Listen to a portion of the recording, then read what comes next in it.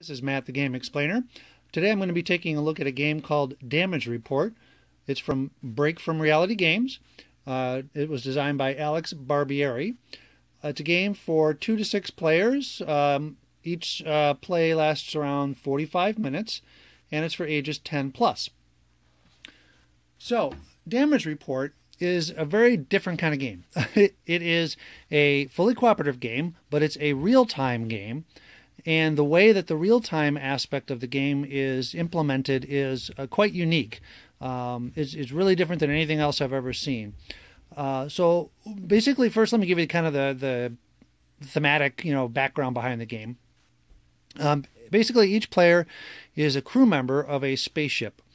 And depending on which scenario the group chooses to play, the ship will be laid out in various configurations. As you can see, there's these large tiles which are called modules. There's smaller ones called corridors, and so they can be kind of pieced together in lots of different combinations to create a variety of different spaceship layouts. Now, the game does come with 5 different scenarios in the rule book. There's also one promotional scenario that was provided to Kickstarter backers, and of course, owners of the game and anybody else can pretty much make up whatever scenario they'd like. Now, the whole idea is, again, depending on the scenario you're playing, each scenario will have different win conditions and lose conditions. For the scenario I have laid out in front of you, this spaceship is for the scenario called First Contact. In that scenario, this spaceship was on a kind of a routine exploration mission when it accidentally wandered into enemy space. It also ran across an enemy ship. The enemy ship refused to respond to our hails and instead immediately fired its weapons on us. So at the start of the scenario, each of the main systems on the ship, which are represented by these larger modules, will be somewhat damaged. And in this case, one of the kind of key modules up here called the hyperdrive, that one was taken fully offline. It's all at 0% functionality right now. Also, our weapons are at 50%, and our teleport system's only at 50%, and so on. Life support got knocked down to 80%, and our shields are at 50%. So that's how the scenario starts, is the ship has been damaged, and in this particular scenario, there's 2 ways to win. First is you can either repair the hyperdrive back up to 100%. At that point, the ship can do a jump into hyperspace and get away. The other way you can win this scenario is by repairing the weapons or the laser system over here. And each time that the lasers are repaired to 100%, they will fire at the enemy and damage the enemy 25%. This little card here is used to keep track of how much damage has been dealt to the enemy. So obviously the enemy starts at 100%. Each time you hit them with your lasers, you drop it down by 25% until it eventually reaches 0. So obviously if you destroy the enemy ship, that's the other way to win the game. The thing with the weapons system, though, is each time the weapons fire, because of the kind of haphazard repairs that were made to them, those repairs break and the lasers drop back down to 50%. So you have to repair them from 50 back up to 100.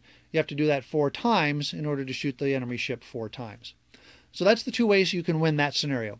The ways that you can lose the scenario are as follows. If your life support system ever gets all the way down to 0%, you lose the game because there's no oxygen left in the ship and all the players die.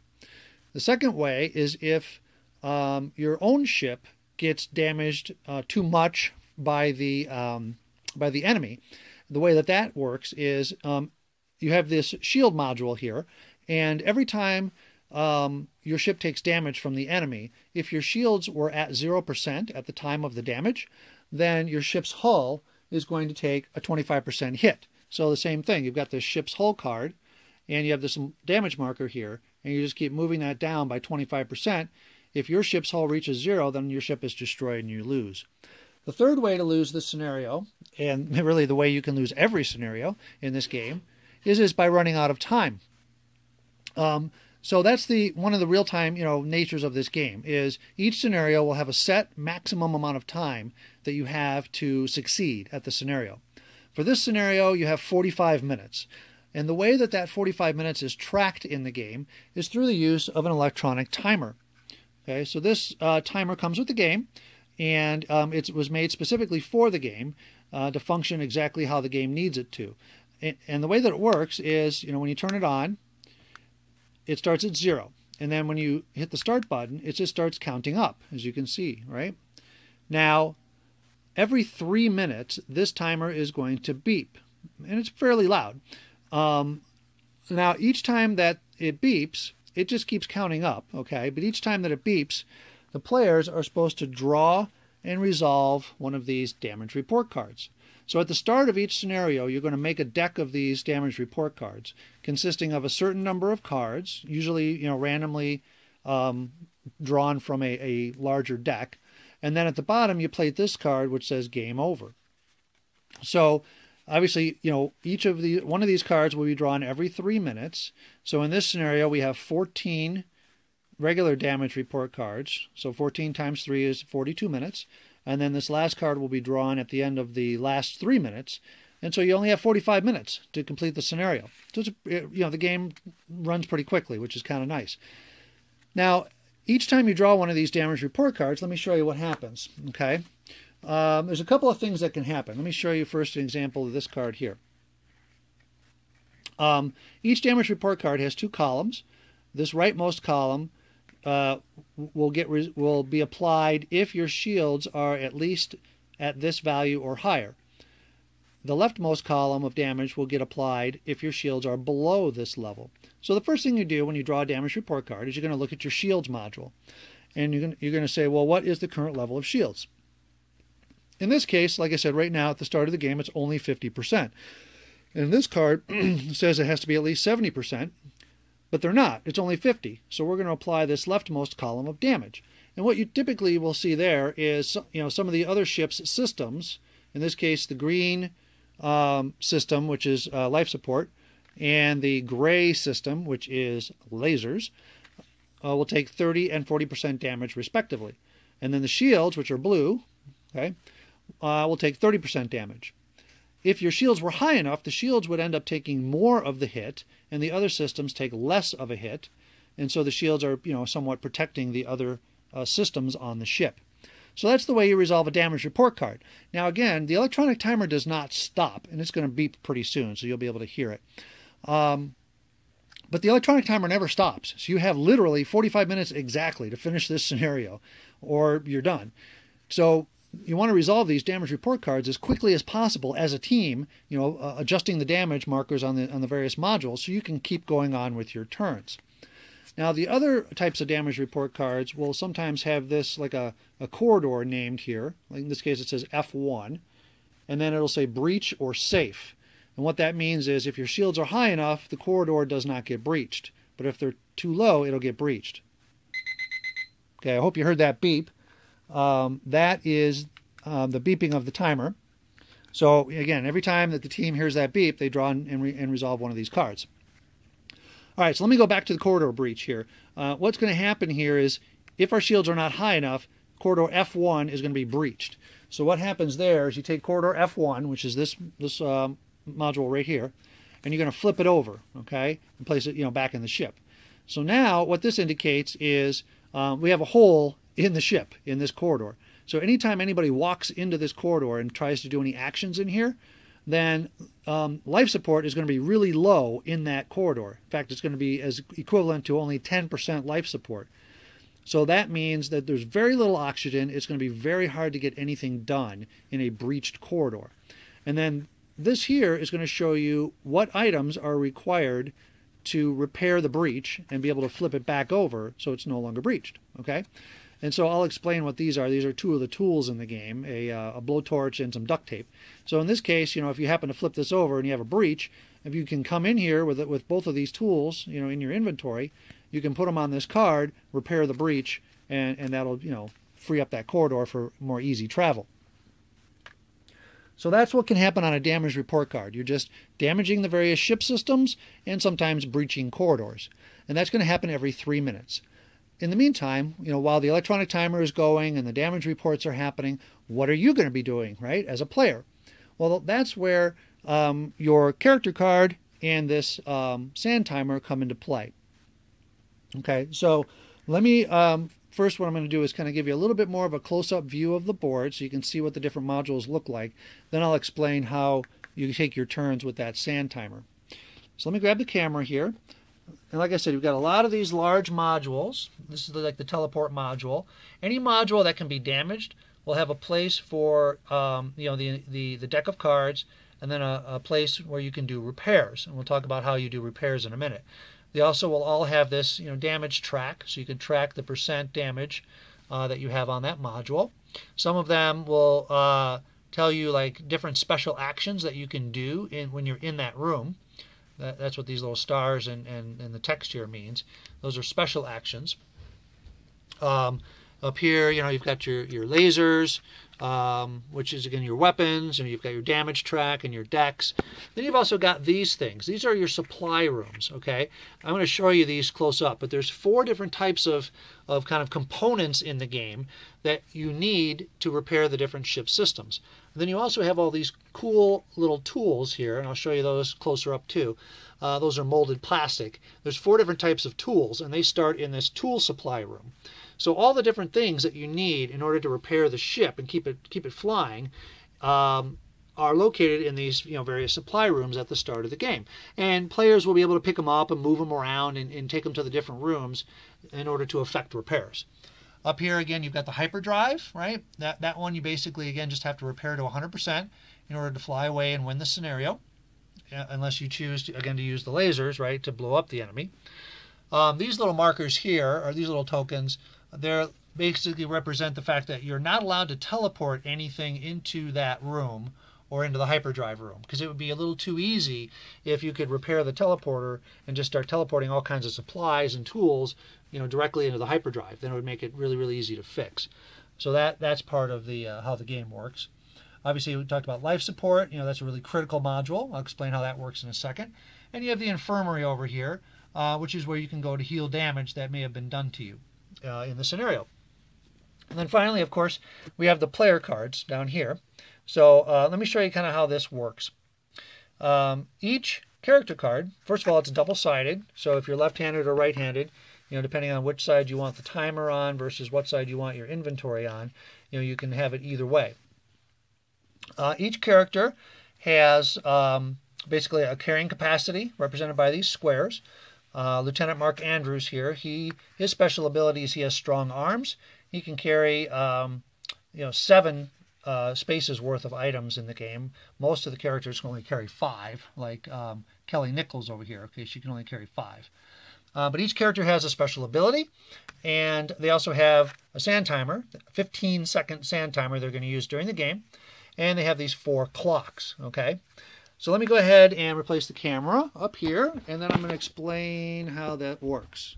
Okay. Oops, sorry about that. Camera jiggle going on. Okay, here we go. Okay, so again, we've got a character card with 4 clocks: green, yellow, red, and black. Now, if you notice on the life support system, I'm not going to grab that life support. I'll grab the back side of one of the other modules here and show you how life support works. Again, it has 4 colored zones: green, yellow, red, and black. So depending on how damaged life support is, it's going to be in one of these 4 zones. At the start of the game, it's at 80%, which is right here at the top of the yellow zone. All right?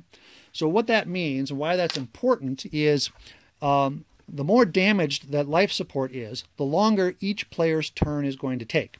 Because as soon as we start that electronic timer and we say go at the start of the scenario, each player is going to start taking his or her turns simultaneously. So you never have to wait for any other players in this game unless you want to try and coordinate your activities. But each player otherwise will just keep taking turns one after another, after another, after another. As many turns as they possibly can, dictated by both their sand timer and by life support. So here's how they work together. At the start of the scenario, everybody's going to have their timer on yellow.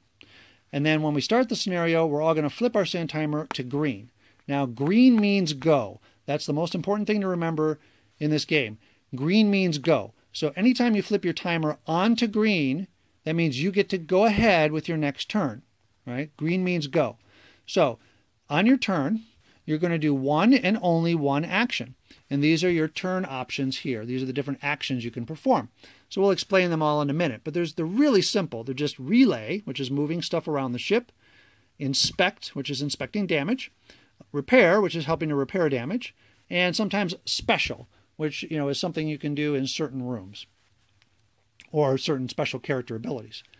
Now, so you flip your sand timer to green, you start your turn, right? You do one action. Then you have to wait for the sand timer to run out on green. And remember, it's a 15-second sand timer. So after 15 seconds, it will have run out. Now what do you do?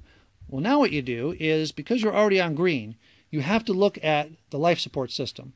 And whatever color life support is in at the moment, that's the clock you have to flip your sand timer onto. So in this case, because life support is in the yellow, I'm flipping my sand timer to yellow. Now, it's still the same turn. It's still my first turn. I have to wait for the sand timer to run out on yellow. So I'll wait another 15 seconds. And then I get to flip it from yellow clockwise onto the green clock. Now remember, green means go. So now that I flipped it onto green, I get to take my second turn and do one action. So in this case, as you can obviously figure out, when life support is in the yellow, that means each of your turns is going to take 30 seconds. 15 seconds for the sand to run out here, and then 15 seconds for the sand to run out here. Now, the further back you have to move your clock from green, the longer each turn is going to take. So let's say, for example, life support was in the red, right? And let's say I had just flipped onto green and I had taken my action. I've run out on green. Now life support's in the red, so I got to flip it all the way back to red, right? And then I have to let it run out on red all the way before I can flip it to yellow. And then I have to let it run out on yellow before I can flip it to green, okay? I'm not letting it run out here just to speed things up, but as you can imagine, if it took 15 seconds to run out on green and then 15 seconds here and 15 seconds here, that's a 45-second turn. And obviously if life support's in the black, which means it's really low, each of your turns is going to take a full minute, okay, or 60 seconds.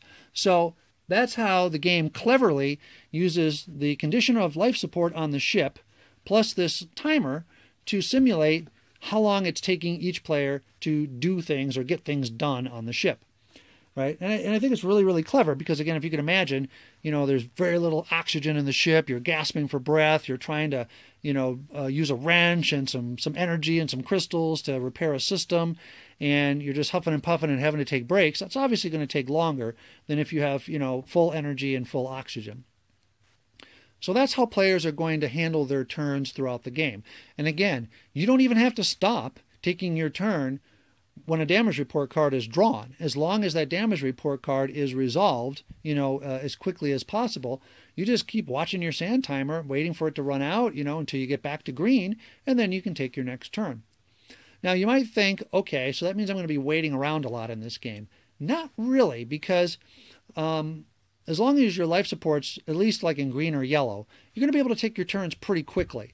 And when you're not taking an action, when you're waiting on your sand timer, you're going to have an opportunity to look at the board, look at the various modules, look where all the items are located, find where the tools are located, maybe figure out, what things should be happening next. And you can communicate with the other players and coordinate your activities to try and get things done more efficiently. So there's a lot of cooperation required in this game in order to, be efficient as a team and be able to get things repaired quickly enough to stay ahead of all the damage coming out of the damage report deck. So that's really the crux of the game. I mean, that's the heart of it. It feels a little bit frantic, but not really, really chaotic because, again, you've got that sand timer that's kind of slowing you down a little bit, making you, pace out your turns so that you're not just frantically throwing stuff all over the place and going crazy. It's kind of a metered chaos, if you will, and it works really, really well. Okay, so let me show you how you can do the different actions in the game. So the first action I'm going to explain is called inspect. And inspect is simply when you're in a module that is damaged, let's say like the teleport module here. It's at 50% and it's got a deck of cards, right? So it can be repaired. And here's my little standee. I'm Lieutenant Mark Andrews here, and I'm hanging out in the teleport. And I want to inspect the damage there so I can figure out how to repair it. Inspect is simply nothing more than taking the top card and flipping it face up and placing it there. That's all you're doing. So again, you only get one action per turn, right? So if you have, let's say, a 30-second turn or a 45-second turn, even if it's a 15-second turn, it doesn't take long to flip a card over, right? So you're still going to have a little bit of time to kind of rest and catch your breath between flipping the sand timer and moving on to your next turn. So there you go. I've inspected the damage. Now let me show you what this card looks like. Each card is going to have a certain combination of supplies or components and sometimes tools, right? It could be all tools or all supplies, any combination. So it's going to show you what items are needed to do the repair, and it's going to show you how much the system will be repaired by that card. So in this case, I need to bring 2 circuit boards, some scrap metal, and a wrench, and place them on this card, and that will repair the teleporter by 30%. That's pretty cool. So let me show you what those different components and tools look like. As I mentioned, there's 4 different types of components or supplies in the game. First, there's these circuit boards, which are just kind of cardboard tokens, right? They look like circuit boards. There's a whole bunch of those, and they're right there in that supply. Then we have scrap metal or sheet metal. All right, these again are cardboard tokens. They're nicely illustrated, and those go over here. Whoops, in that supply bin. I'm going to keep some of these handy here. Then you have these really cool purple crystals. Okay, they're really, really big. Hopefully you can see how big, but they're pretty big, and you get a whole bunch of them, and they're in that supply bin. And then you have these energy markers, which are kind of a translucent orange plastic thing, and those are really nice too, and they come in that supply bin over there. So those are the 4 different types of supplies. Then you have 4 different types of tools. Let me grab those here. You get 2 of each tool in the game, and these are molded plastic components. First is duct tape, right? Handy dandy duct tape. Got to have duct tape. Fixes everything. You also have a blowtorch, right? That's always helpful, right? So it's a nice little thing. Then you have, I think it's called an arc welder, maybe a spot welder, some sort of a green tool here. And then your handy dandy wrench, right? Giant wrench.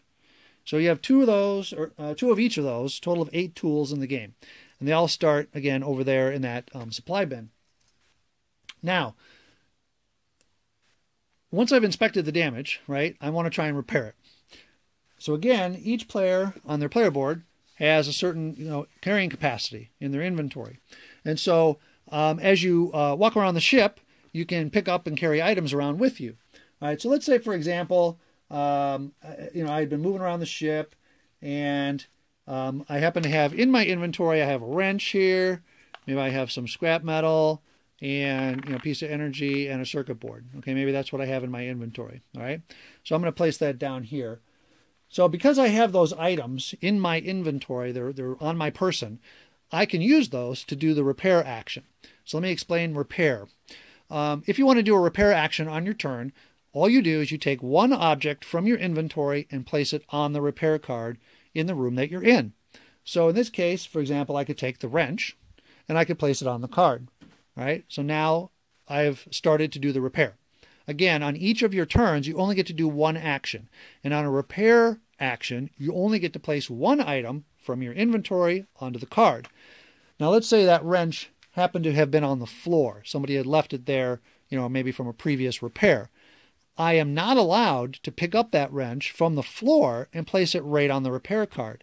That's not allowed. That would actually be 2 separate actions, and you'll see how that works in just a second.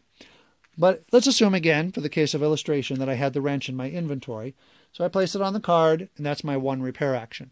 Now I have to wait for the sand timer to catch up, get back on the green, and then I get to do my next turn. Maybe I want to repair again, and I put the sheet metal, and then I repair again, and I do a circuit board, right? So that took me 3 turns to get 3 items on the card.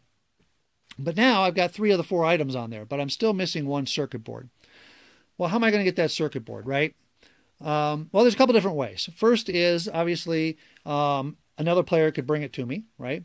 And the circuit boards are in the supply room over here.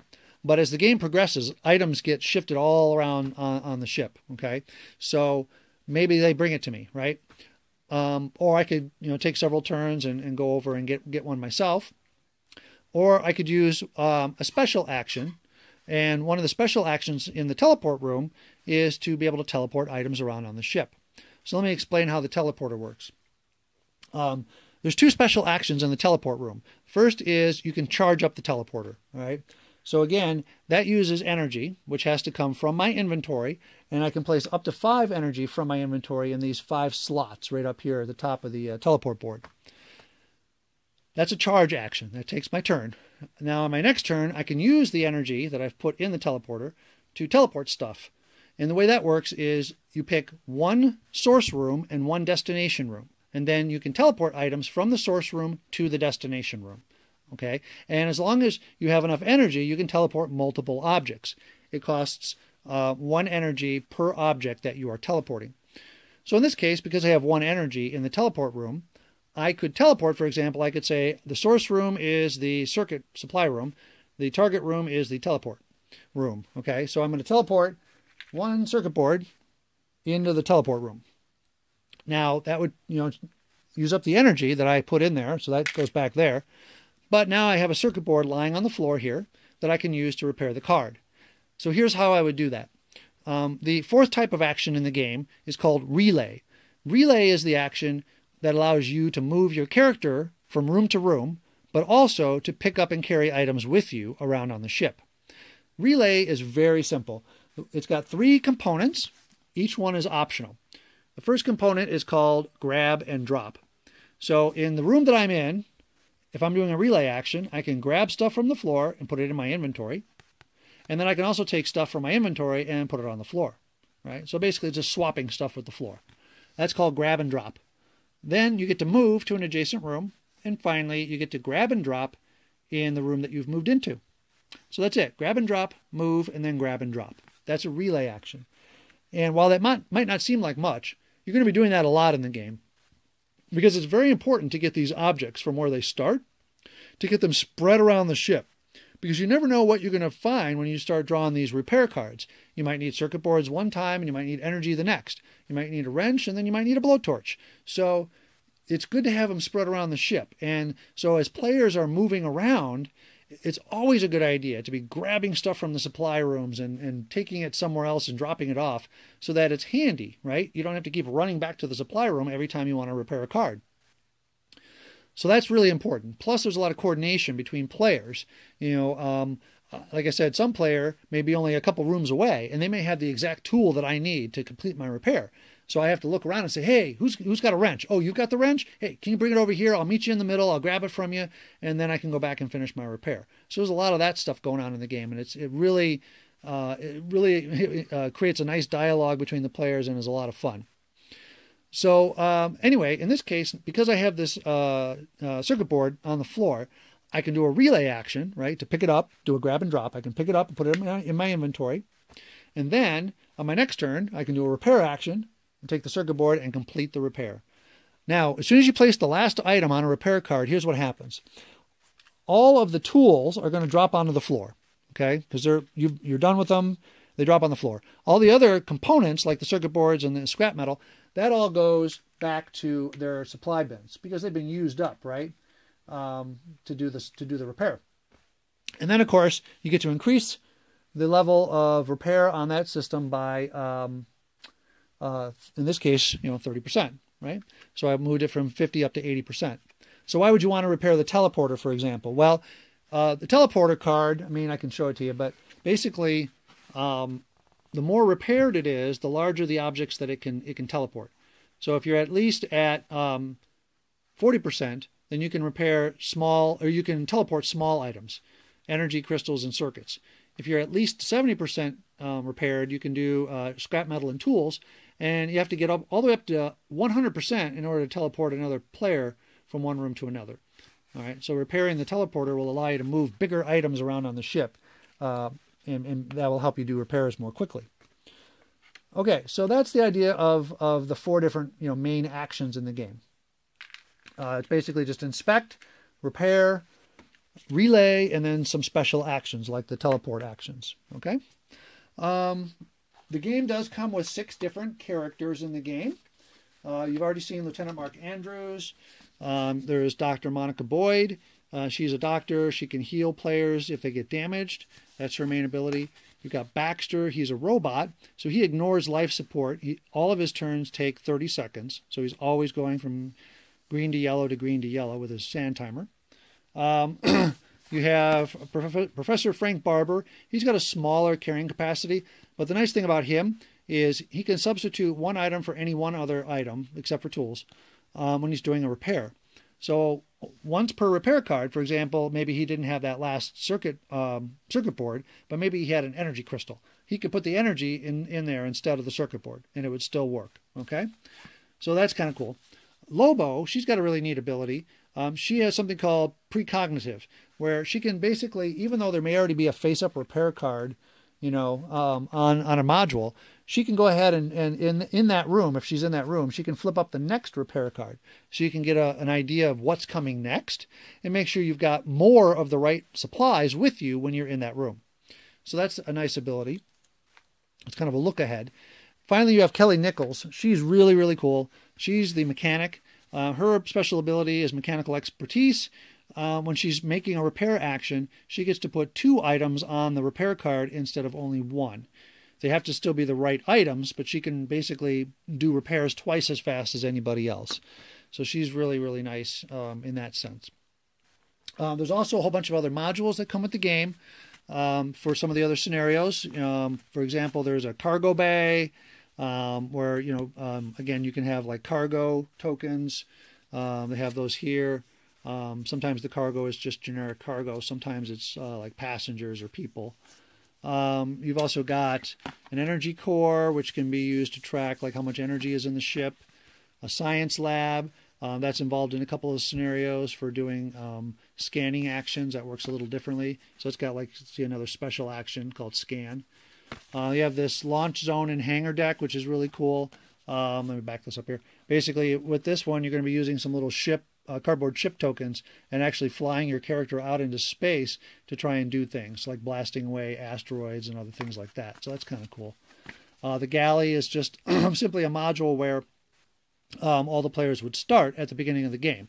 Normally in a scenario, you're going to draw from this deck of module cards to determine where each character starts. But if you're using the galley, then all the characters start the scenario in the galley. So you got all those rooms along with everything else that you've got in this particular ship. It also comes with a really nice rule book. They did a really super job with making a nice, thick, glossy rule book here. It's got all kinds of pictures and examples and diagrams and explanations. So it's very nice, very nicely laid out. The first half is basically rules and then reference. And then the second half is listing out all the different scenarios. So you've got various scenarios for various numbers of players. Like the Icarus problem is 2 to 3 players.